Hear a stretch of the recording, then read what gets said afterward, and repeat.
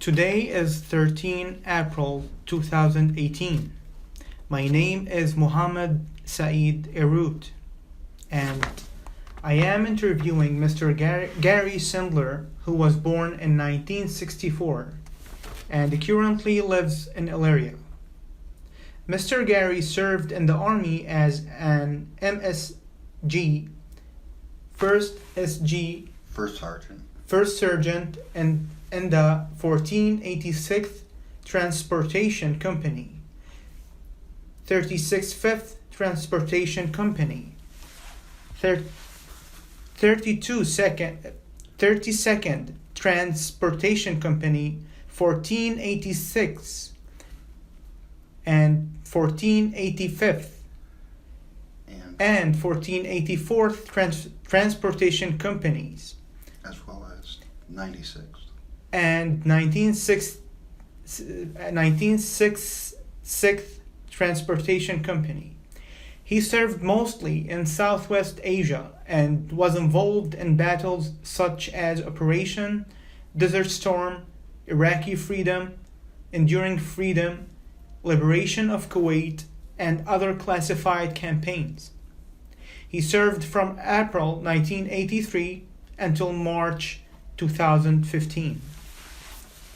Now, Mr. Gary, I'm gonna ask you questions about your background and to introduce you to the listener. What were the reasons for joining the service? The reason I initially joined the Army was simply for college.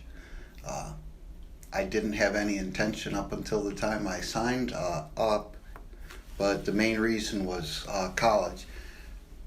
Probably the more important question is why did I put in 32 years? And that simply is, after spending time active duty, going back to college, being deployed, it became part of my life. It really became a part of who I was. Mm-hmm. So it was natural for me to stay in. Mm-hmm. When and where was your training, Mr. Gary? My initial training was at Fort Leonard Wood, Missouri, as was my advanced training. I've done additional trainings, primary leadership development course, basic non-commissioned officers course, advanced non-commissioned officers course.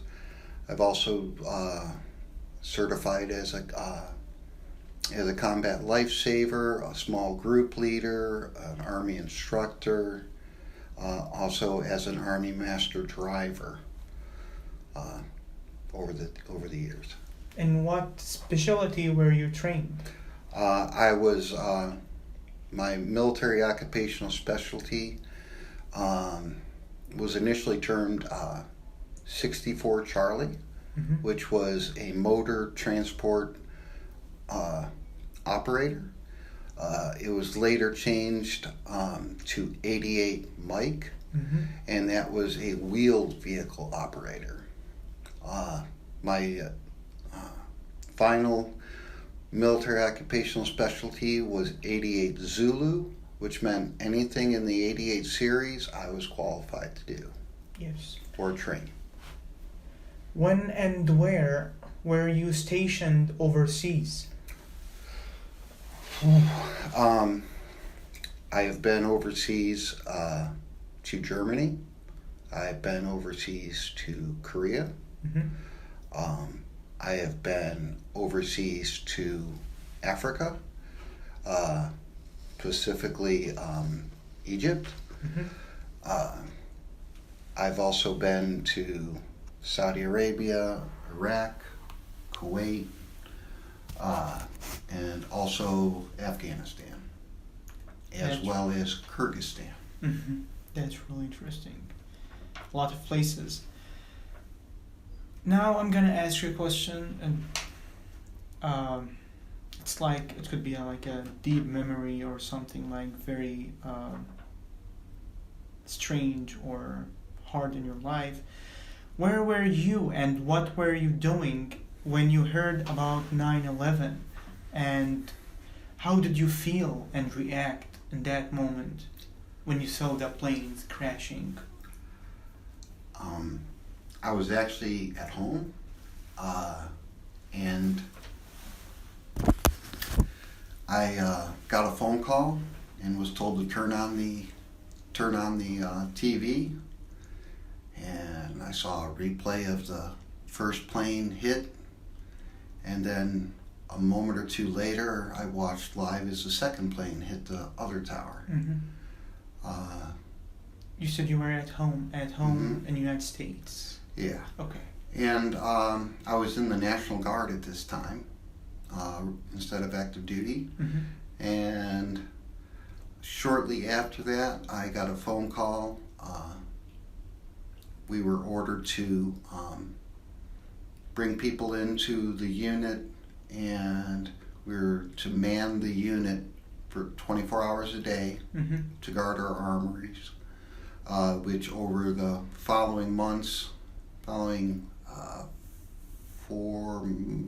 almost 5 months, I managed the guard schedule Mm-hmm. for the armory in Ashland, Ohio, and in Mansfield, Ohio.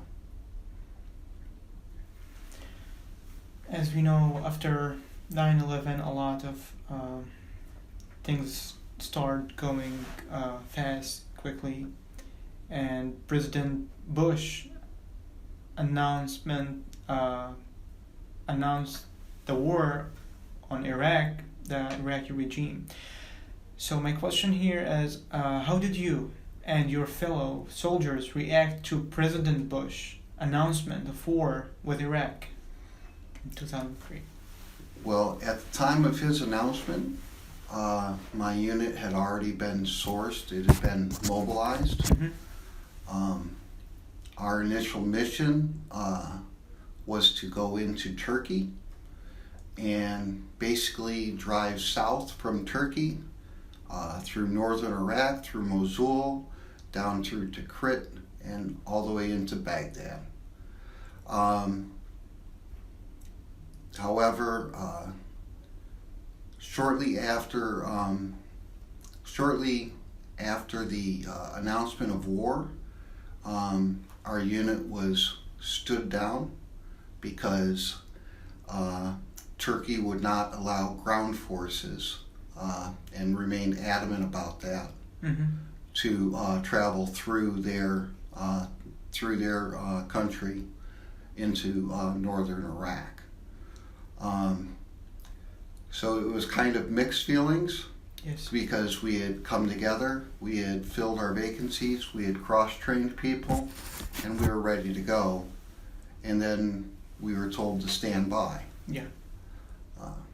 So we were still angry about the 9/11, but we almost kind of felt a little helpless, because it's like, okay, we're Yeah. here to do a mission, and now the mission's been put off to the side. How did they try to influence you to be optimistic about the war? And I mean by they here, maybe the government or the army leadership. Like what they told you before you go to war. Like, I don't know too much about these kind of things, but do they lecture you or talk about it or try to encourage people? In my position, I was the non-commissioned officer in charge of the detachment of the 1486 Transportation Company. And our detachment is headquartered in Mansfield. The main body of the unit was headquartered in Mm-hmm. Ashland, Ohio. It was our job to communicate to our soldiers the importance of the mission ahead of us. Even though we were stood down, we remained a unit of interest to the Department of the Army and the National Guard Bureau.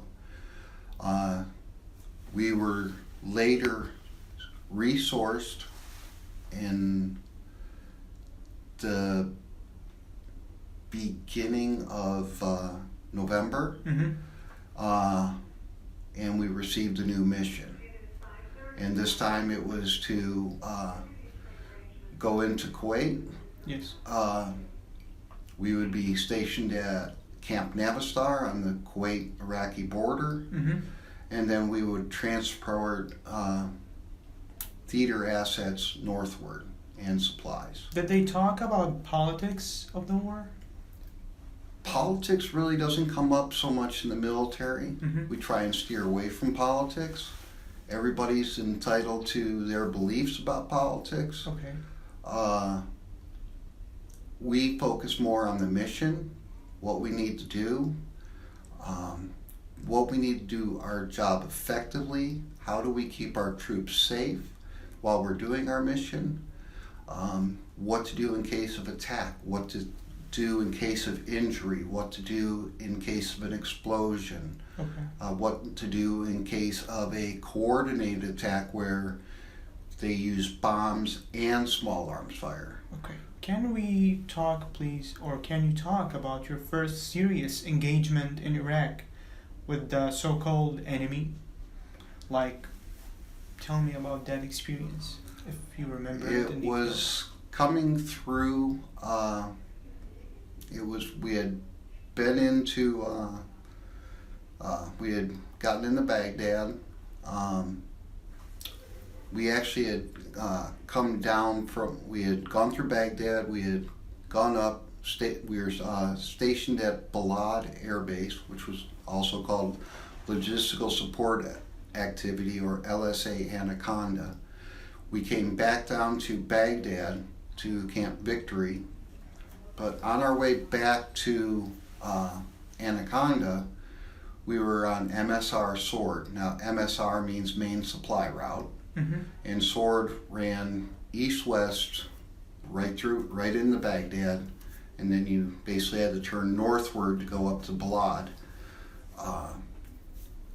We had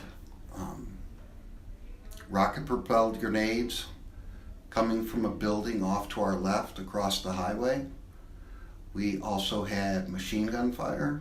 We also had small arms fire. One of our vehicles was disabled. One of the rocket-propelled grenade had hit the back, one of the back axles on a trailer, which we had to stop and chain up while incoming fire was coming through. I was out coordinating, making sure everything went smoothly in there. And on my way back to my gun truck, I was hit in the chest by multiple AK-47 rounds and knocked to the ground. Mm-hmm. I was able to get back to my feet, missing a lot of breath, and got to my gunner and told him to fire at the third floor of the building, because that's where the rocket-propelled grenades, the RPGs, were being shot from. Okay. Can you explain if there is a U.S. policy of differentiation between civilians and the enemy? One of the issues with the Iraqi war, which also was the same thing as the Afghan war, once you went outside of the friendly confines of our operating bases, it was extremely difficult to tell who was a friend, who was an enemy, who was civilian, who was a combatant, Yes. because everybody dressed the same. Mm-hmm. And also, the Iraqi people were allowed to carry AK-47s and other arms. They were allowed, for each individual, they were allowed one weapon for self-defense. Yes. So it was very difficult to differentiate. That was, I'm gonna ask Our you here, rules but of yeah. engagement, started out, Mm-hmm. if you were shot at, call in and ask for permission to return fire, which we all thought was stupid, but that was our standing orders. Within a month, it was in the end of March, beginning of April, the rules of engagement changed. So, at that point, what changed at that point?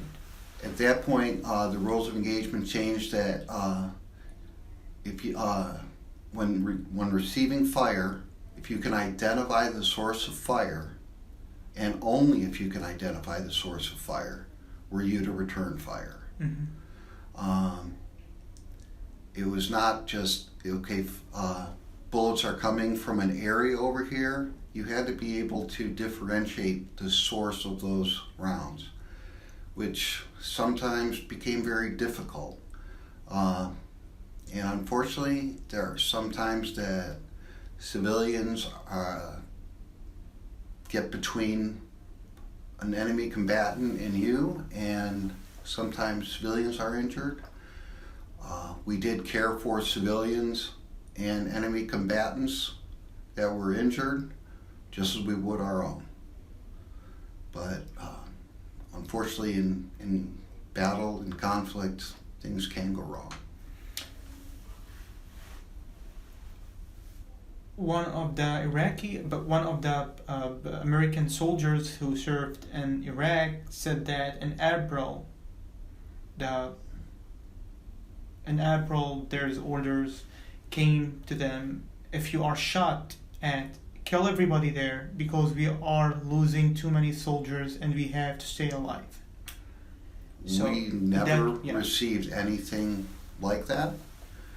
Our orders were, if attacked, if you can get through the area, if it does not pose an imminent threat, you continue on, return fire to the source. If the attack, if you feel the attack is an imminent danger to the troops, then we are authorized to halt our convoy and basically chase or hunt down the enemy combatants. But at no time were we ever given an order to kill everybody. Mm-hmm. That just didn't happen. I was in logistics and transportation. We provided our own security for our convoys. We also had MPs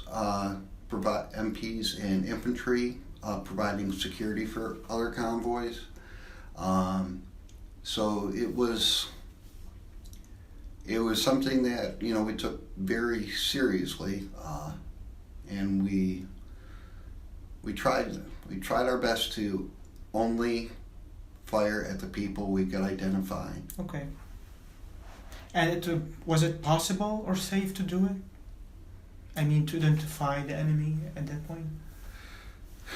The hard thing is that the enemy blended in with the civilian population. So they could fire at us and then drop the weapon and blend in. Yes. There were many times we were fired at that we may have only returned a few cursory shots because we lost sight of where the bullets were coming from. Yes. Did American soldiers get along with civilians, with Iraqi people? For the most part, we got along pretty well.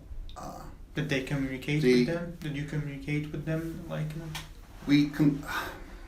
One of the things we did was we communicated with the children.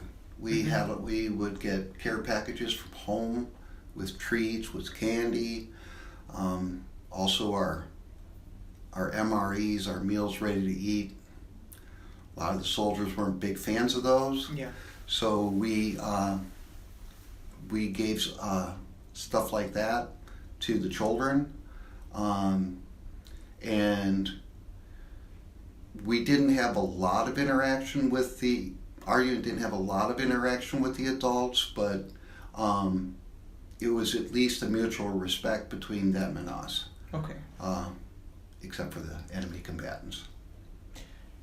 What were the soldiers' stereotypes, ideas about Middle East And if they had, did it change?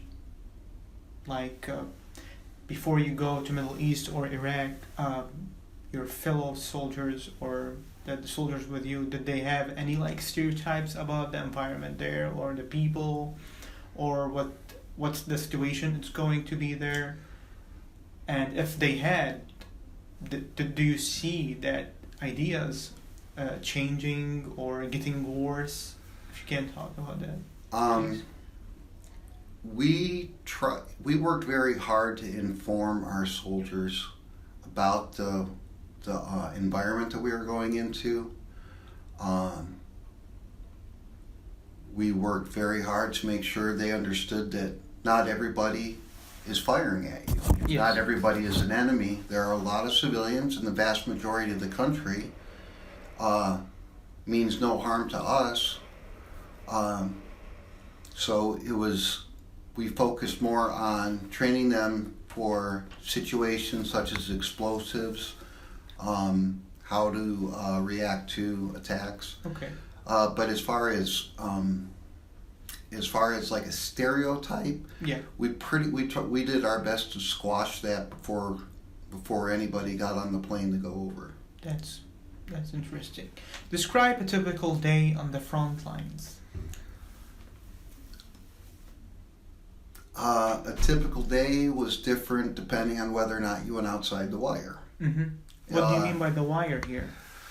When we say the wire, that is the perimeter of the encampment that you're stationed on. Now, in my case, I was pulled from my unit and sent north to Balad, to LSA Anaconda, and I was the non-commissioned officer in charge of a liaison team. And what we did was we made sure that convoys coming up, made sure that they got the appropriate loads to go back south, and also look out after them. If they needed quarters, if they needed a place to stay, if they needed supplies such as water, food, any of that to take, to go back south, because we were the northernmost point that they would go. Okay. So we coordinated support activities for them. But going outside the wire was very different, because when you went outside the wire, your weapon that normally didn't have a round chambered had a round chambered, and it was set to fire. My next question is, were you wounded in action? Did you know anyone who was killed in action? And did you experience a shell shock? Well, first of all, I didn't really consider myself wounded, even though a vehicle I was in as the TC of the vehicle was hit by an improvised explosive device just across the Tigris River between Balad and Baklava. I didn't consider myself wounded, even though I had a headache that lasted almost 5 days and I was sore all over. But during the early parts of Iraqi freedom, we had a mission to do. We went back on duty and we did what we had to do. Yes. I did not lose any soldiers in Iraq. I did, however, lose 2 soldiers in Operation Enduring Freedom in Afghanistan. Yes. I had multiple soldiers wounded in different events, mainly from blasts of explosive devices, some from small arms fire. Our troops were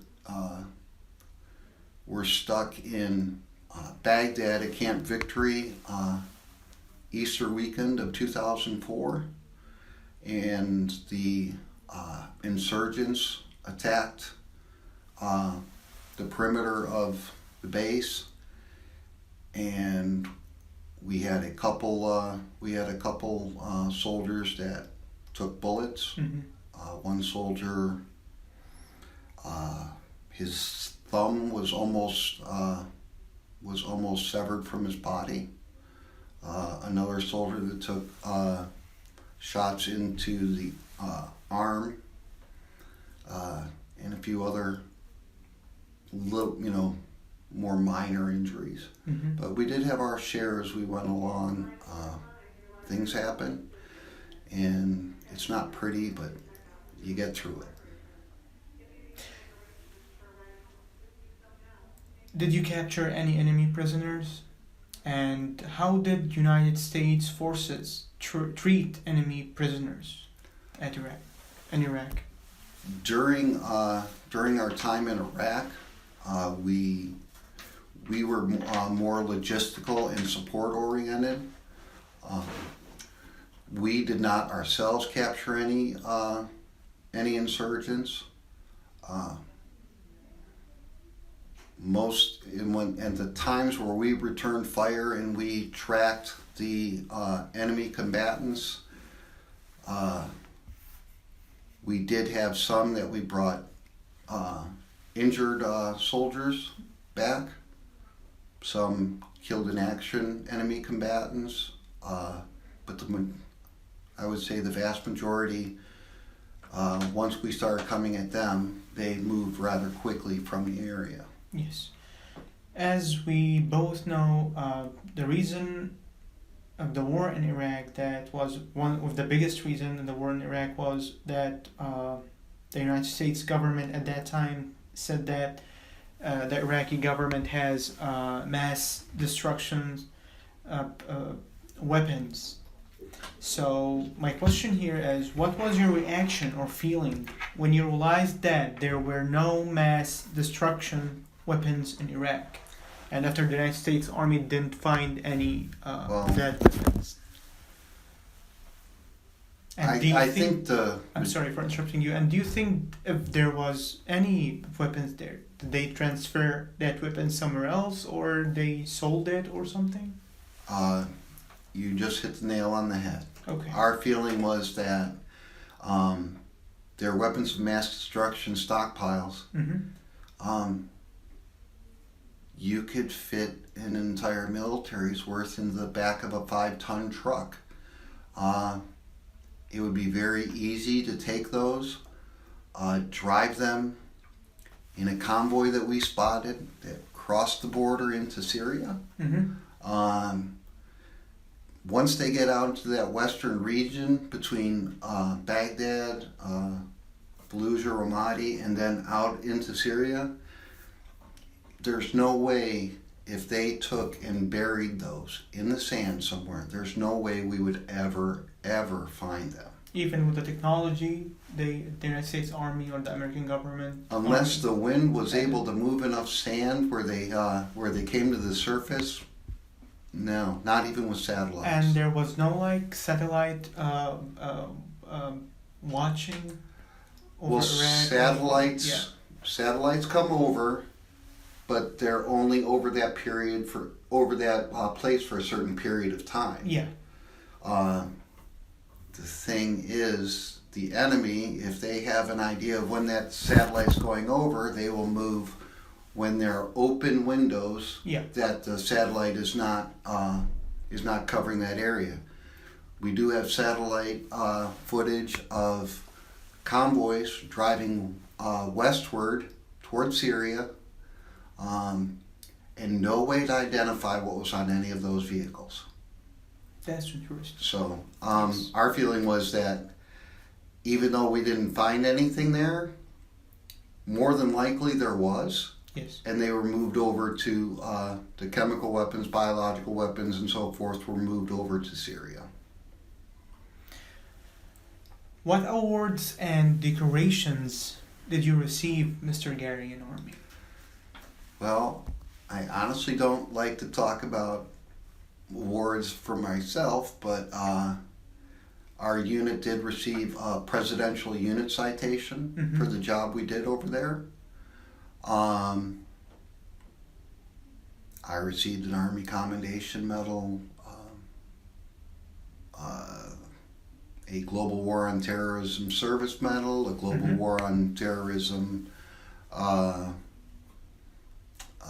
Expeditionary Medal, which later was converted to an Iraqi Campaign Medal. And later on I was awarded the Afghan Campaign Medal also. Yeah. But I received an additional award of the National Defense Medal. But again, none of us went over there for an award. We went over there to do our job, do our mission, because we all felt it was better to face an enemy on their land rather than face them back here in our country. Yes. My next question is, what was your date and place of discharge from the service? I actually was medically retired from the Army. I had planned on getting out at 30 years, which was shortly after I returned home from Afghanistan. But due to injuries that got worse during my service, and also the loss of hearing in my right ear, and which created balance issues. Yes. I was put through a medical review board, and I was medically retired from the Army. My place of discharge / retirement was Fort Knox, Kentucky, and that was on March 11th, 2015. Yes. How did the community receive you when you're arriving home? And how did the other react to you? When we came back as a unit.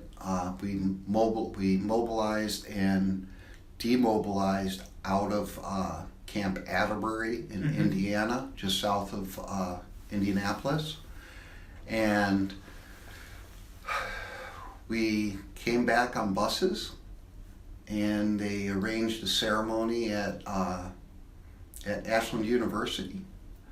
And we came in, we were able to meet family in an adjacent, it was an adjacent sporting events room. Our family was allowed to stay in there, so we were able to see them before going in for the ceremony.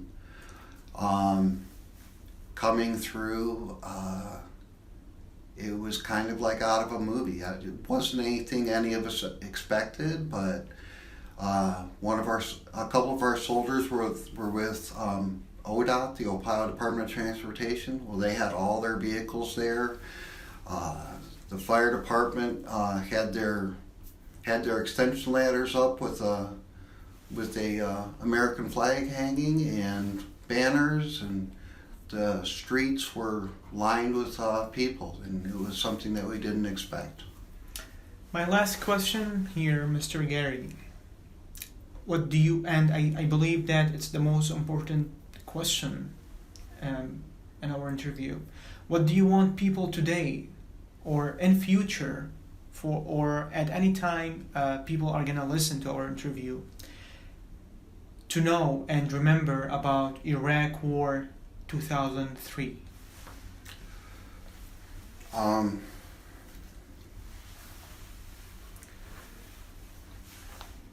That is probably the most difficult question you've asked me. Yes. The one thing I would caution people is not to listen to the media. The media gives you a biased view, whether it be liberal or conservative.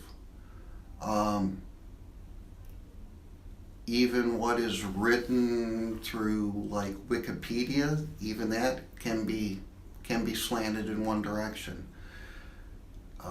The only way you're really going to find out what about it is interviews like this. We were on the ground. We did what our country asked us to do. We firmly believe that by doing what we did, that it was better to face them on their territory rather than having them come in and commit more atrocities here. So my big thing is war is not a glorious thing. Nobody ever wins. We were able to make that country safer for the general population there. I believe the majority of the people there were very thankful, because I had the opportunity to speak with with a gentleman that served as a colonel in Saddam's Air Force, and some of the things he told me that were everyday occurrences would make your skin crawl. Mm-hmm. So I feel that we accomplished a lot. To me, it's just sad that eventually down the road, we left without having the mission complete, and all the soldiers that sacrificed. Because by the time we left, we had lost almost 1,500 soldiers. Mm-hmm. To me, that was kind of a disgrace that we left before the job was finished. And now we're back there redoing it. So I think that in closing, I would just like to say that the media is going to paint a picture that they want you to see. Yes. They focus on the worst of things because the old adage, blood leads. For some reason, people focus on that and it gets their attention. But there were so many more good things that we did and so many more good things that happened while we were there. We were building schools, we were building hospitals, we did a lot. We allowed them free elections. Mm-hmm. So in the end, they're an ally. They always will be an ally, I feel. And the biggest thing was they're good people. Mm-hmm. 1% or 2% or 3% may not like us, and for some reason they bring in people from other countries, but the vast majority of that country, I believe, is very thankful for what we've been able to do for them. Thank you so much, Mr. Gary, for your time and for the interview and all that answers and information you provided to us. And my name is Mohamad Airoot. Today is 13th of April 2018, and the city is Cleveland, the state is Ohio, and the interview was in Westlake Library. Thank you so much. Thank you very much.